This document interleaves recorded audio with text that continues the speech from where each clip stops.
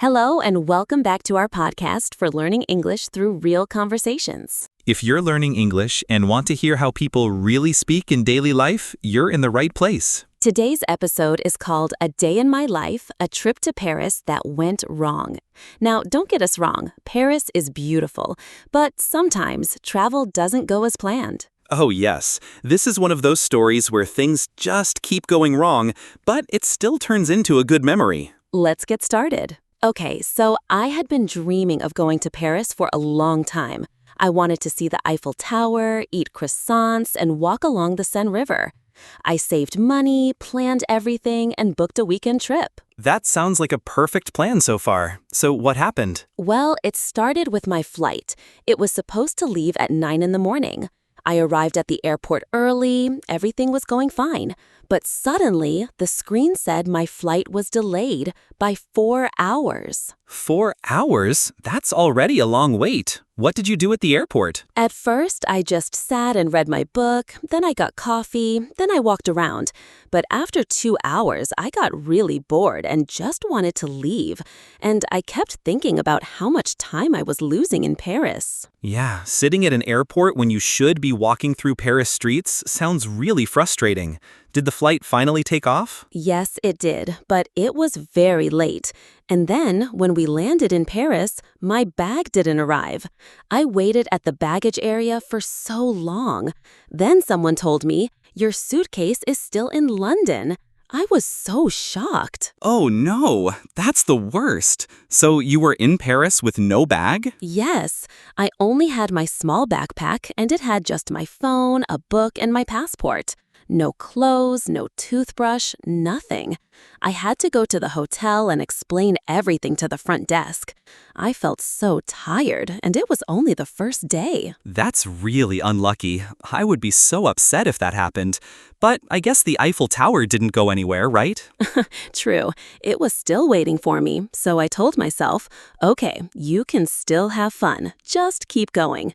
But believe me, this was only the beginning. Okay, Emma, so you're in Paris, your suitcase is still in London, and your weekend is already starting late. What happened next? Well, after I checked into the hotel, I thought, I'm not going to waste any more time. I washed my face, put on some lip balm, and went outside.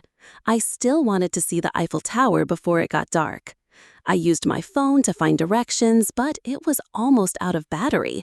So I walked quickly, hoping I could get there in time and take at least one photo. Let me guess, your phone died before you got there? Yes, you guessed it. I was almost there, maybe 10 minutes away, and the phone just turned off. No more map, no more camera, no way to check anything.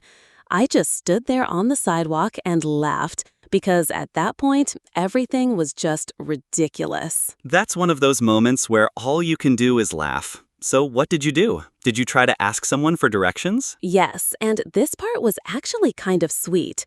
I saw an older woman walking her dog, and I said in very simple French, "Excuse me, Eiffel Tower," and pointed in the air.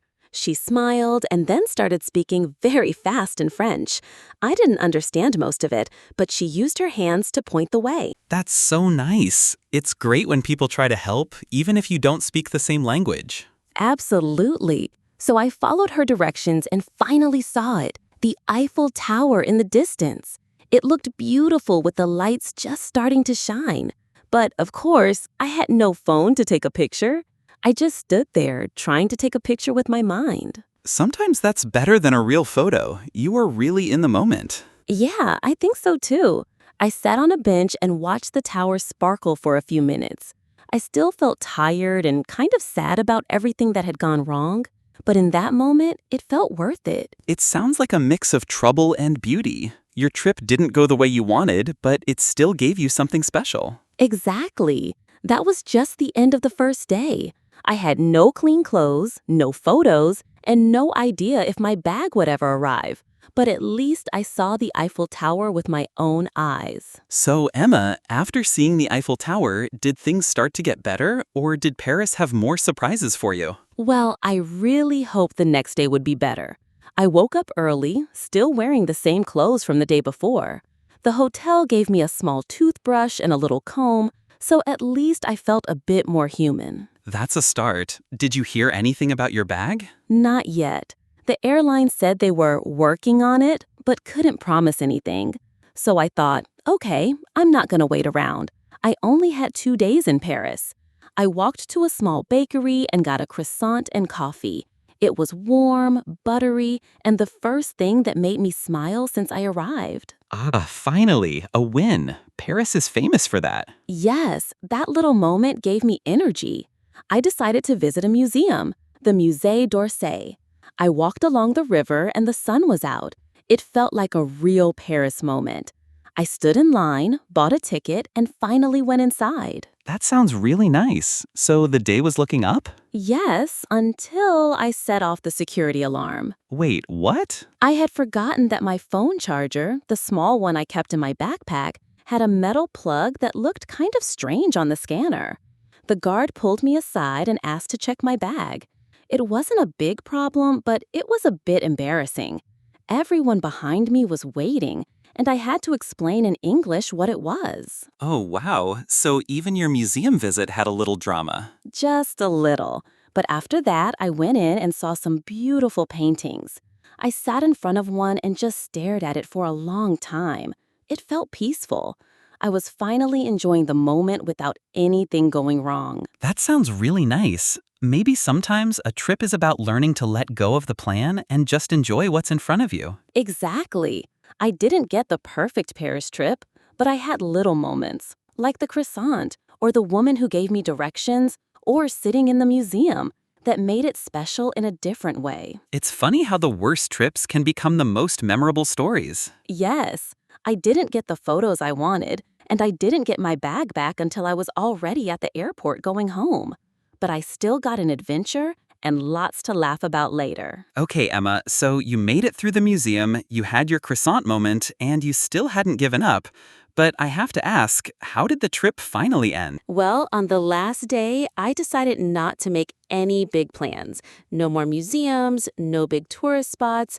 I just wanted to walk, eat, and enjoy the feeling of being in Paris, even without clean clothes. That actually sounds like a really nice way to finish the trip. It was. I walked through little streets, sat at a cafe, and watched people walk by.